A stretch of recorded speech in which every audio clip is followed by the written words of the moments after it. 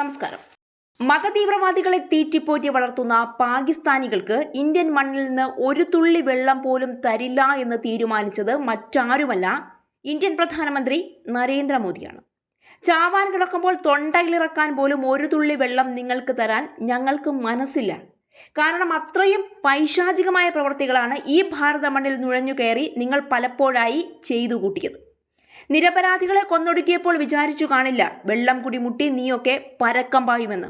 കലിമ ചൊല്ലാൻ ആവശ്യപ്പെട്ട് അറിയാത്തവന്റെ നെറുകിൽ വെടിയുതിർത്തപ്പോൾ നീയൊക്കെ അറിഞ്ഞു കാണില്ല തൊണ്ട നനയ്ക്കാതെ ഒരു ദൈവത്തിനെയും വിളിക്കാനാവില്ല എന്ന്. പരിശോധിച്ചുറപ്പുവരുത്തി മുസൽമാനാണോ ഹിന്ദുവാണോ എന്ന് തോക്കിൻ മുന്നിൽ നിർത്തി ചോദ്യം ചെയ്തപ്പോൾ നീയൊക്കെ വിചാരിച്ചു കാണില്ല ഇത്തരത്തിൽ നിങ്ങളുടെ മണ്ണിൽ കയറി മറുപടി പറയാൻ തരത്തിൽ ഒരു പ്രധാനമന്ത്രി ഇന്ത്യക്കുണ്ട് എന്ന്. പഹൽഗാം ഭീകരാക്രമണത്തിന്റെ പിന്നാലെയാണ് പാകിസ്ഥാന്റെ മണ്ണിലേക്ക് ഒരു തുള്ളി വെള്ളം പോലും കൊടുക്കില്ല എന്ന് ഇന്ത്യ തീരുമാനിച്ചത്. അതിനെ ചൊല്ലി നയപരമായും അല്ലാതെയും ഭീഷണിയുടെ ഭാഷയിലും പലപ്പോഴും പ്രകോപിപ്പിക്കാനും അനുരഞ്ജനത്തിനും പാകിസ്ഥാൻ ശ്രമിച്ചു. നീയൊക്കെ കണ്ണുരുട്ടി കാണിക്കുമ്പോൾ പേടിക്കാൻ പപ്പുമോന്റെ കോൺഗ്രസുകാരല്ല ഇന്ത്യ ഭരിക്കുന്നത്. ചങ്കുറപ്പുള്ള നരേന്ദ്രമോദി എന്ന മനുഷ്യനാണ്. ആ മനുഷ്യൻ ഭാരതത്തിലെ ഓരോ മനുഷ്യരെയും ചേർത്ത് പിടിക്കുന്നത് ജാതിക്കും മതത്തിനും അതീതമായി മനുഷ്യത്വമെന്ന ഒരൊറ്റ വികാരം കൊണ്ടാണ്, സ്നേഹമെന്ന ഭാഷ കൊണ്ടാണ്. ഓരോ ഇന്ത്യക്കാരനും സഹോദരി സഹോദരന്മാരാണെന്ന് ഓരോ വട്ടം പ്രതിജ്ഞ ചെയ്യുന്ന ഭാരതത്തിൽ പ്രധാനമന്ത്രിക്കും സാധാരണക്കാരനുമിടയിൽ പോലും ഈ സഹോദരബന്ധം നിലനിൽക്കുന്നു എന്ന് തിരിച്ചറിയാൻ കഴിയണമെങ്കിൽ പാകിസ്ഥാനികൾക്ക് മനുഷ്യത്വം എന്താണെന്ന്, സ്നേഹം എന്താണെന്ന്, സഹാനുഭൂതി എന്താണെന്ന്, സാഹോദര്യം എന്താണെന്ന്, അതിനപ്പുറം കാലാകാലങ്ങളായി ഇന്ത്യ അനുവർത്തിച്ചു വരുന്ന ആർഷഭാരത സംസ്കാരത്തിന്റെ മൂല്യവും പൈതൃകവും എന്താണെന്നെങ്കിലും കുറഞ്ഞ പക്ഷം അറിഞ്ഞിരിക്കണം. എത്ര പ്രകോപിപ്പിച്ചാലും വാക്കുകൾ കൊണ്ട് മറുപടി പറയാനില്ല. പക്ഷേ പ്രകോപനം അതിരുവിട്ടാൽ, അതിർത്തി കടന്നാൽ ആ നിമിഷം പാകിസ്ഥാന്റെ മണ്ണും ആകാശവും തീഗോളമായി മാറും. ഇതൊക്കെ മറന്നുകൊണ്ട് വീണ്ടും പാകിസ്ഥാനിലെ ചാവാലിപ്പട്ടികൾ കുരയ്ക്കാൻ തുടങ്ങിയിട്ടുണ്ട്.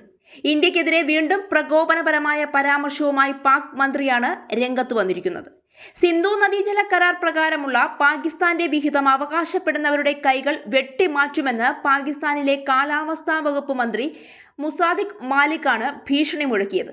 പഹൽഗാം ഭീകരാക്രമണത്തിനു പിന്നാലെ പതിറ്റാണ്ടുകൾ പഴക്കമുള്ള സിന്ധു നദീജല കരാർ ഇന്ത്യ താൽക്കാലികമായി നിർത്തിവെച്ചിരുന്നു. ഇതിനു പിന്നാലെ ഇരു രാജ്യങ്ങളും തമ്മിലുള്ള അസ്വാരസ്യങ്ങൾ വർദ്ധിക്കുകയും ചെയ്തു. ഇതിനിടെയാണ് പാക് മന്ത്രിയുടെ ഭാഗത്ത് നിന്ന് പ്രകോപനപരമായ പരാമർശമുണ്ടായിരിക്കുന്നത്. ഇന്ത്യ പാകിസ്ഥാന്റെ ജലവിഹിതം നിയന്ത്രിക്കുകയാണെന്ന് മാലിക് ആരോപിച്ചു.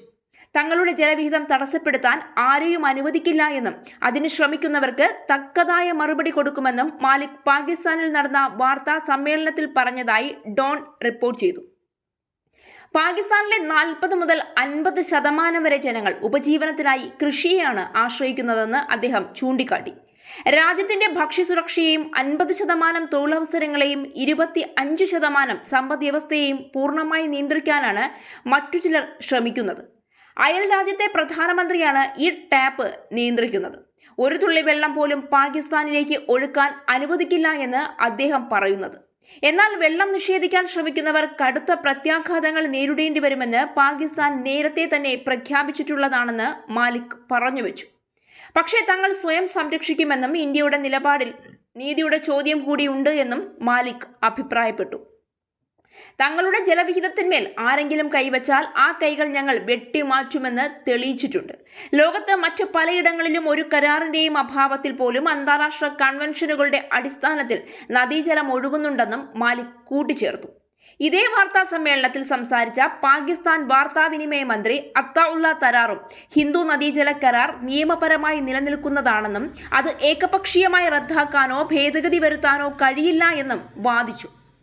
നിയമപരമായി നടപ്പിലാക്കാൻ സാധിക്കുന്ന ഈ കരാറിന് കീഴിൽ സിന്ധു നദിയിലെ വെള്ളത്തിന്മേൽ പാകിസ്ഥാൻ ജനതയ്ക്ക് അവകാശമുണ്ട് എന്ന് അദ്ദേഹം അവകാശപ്പെട്ടു. നിയമപരമായി പാകിസ്ഥാന്റെ നിലപാടിന് അന്താരാഷ്ട്ര പിന്തുണയുണ്ട്. സിന്ധു നദീജല കരാർ ഏകപക്ഷീയമായി റദ്ദാക്കാനോ ഇല്ലാതാക്കാനോ ഭേദഗതി ചെയ്യാനോ കഴിയില്ല എന്നും തരാർ പറഞ്ഞുവെച്ചു.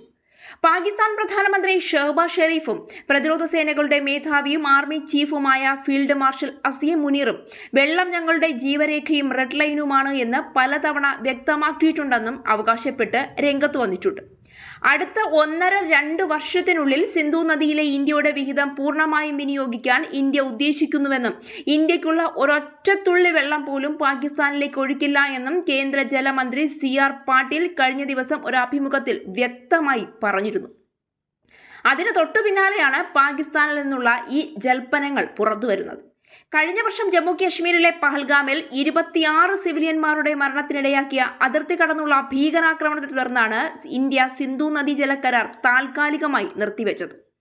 പാകിസ്ഥാൻ മണ്ണിൽ നിന്ന് പ്രവർത്തിക്കുന്ന ഭരണകൂട സ്പോൺസേഡ് ഭീകരവാദത്തിന്റെ അടിസ്ഥാന സൗകര്യങ്ങൾ പാകിസ്ഥാൻ പൂർണ്ണമായി തകർക്കുന്നതുവരെ ജലകരാർ താൽക്കാലികമായി നിർത്തിവെക്കുമെന്ന ശക്തമായ നിലപാടിൽ തന്നെയാണ് ഇന്ത്യ.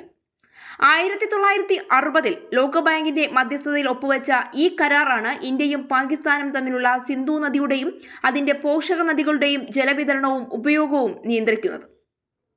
ഇന്ത്യ തുടങ്ങിയിട്ടേയുള്ളൂ നെറികെട്ടവരെ.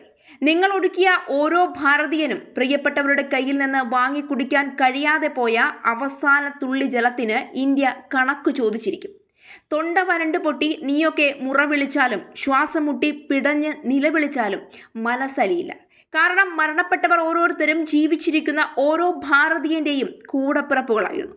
ഞങ്ങൾ ഭാരതീയർക്ക് വേണ്ടി കണക്ക് ചോദിക്കാൻ ഇന്ത്യയെ നയിക്കാൻ മുന്നിൽ നിൽക്കുന്ന ഇന്ത്യൻ പ്രധാനമന്ത്രിയും ഞങ്ങൾക്ക് നേതാവ് മാത്രമല്ല, കൂടപ്പിറപ്പും ഭരണാധികാരിയും സംരക്ഷകനും ഒക്കെയാണ്. ഭാരതത്തിനു വേണ്ടി കണക്ക് ചോദിക്കാൻ നരേന്ദ്രമോദി എന്നൊരു പിറവി ഈ മണ്ണിലുണ്ടെങ്കിൽ ഭൂപടത്തിൽ പോലും ഇന്ത്യയെ തറപ്പിച്ചു നോക്കാൻ പാകിസ്ഥാനികളെ, നെറികെട്ടവരെ നിങ്ങൾ ഭയക്കണം.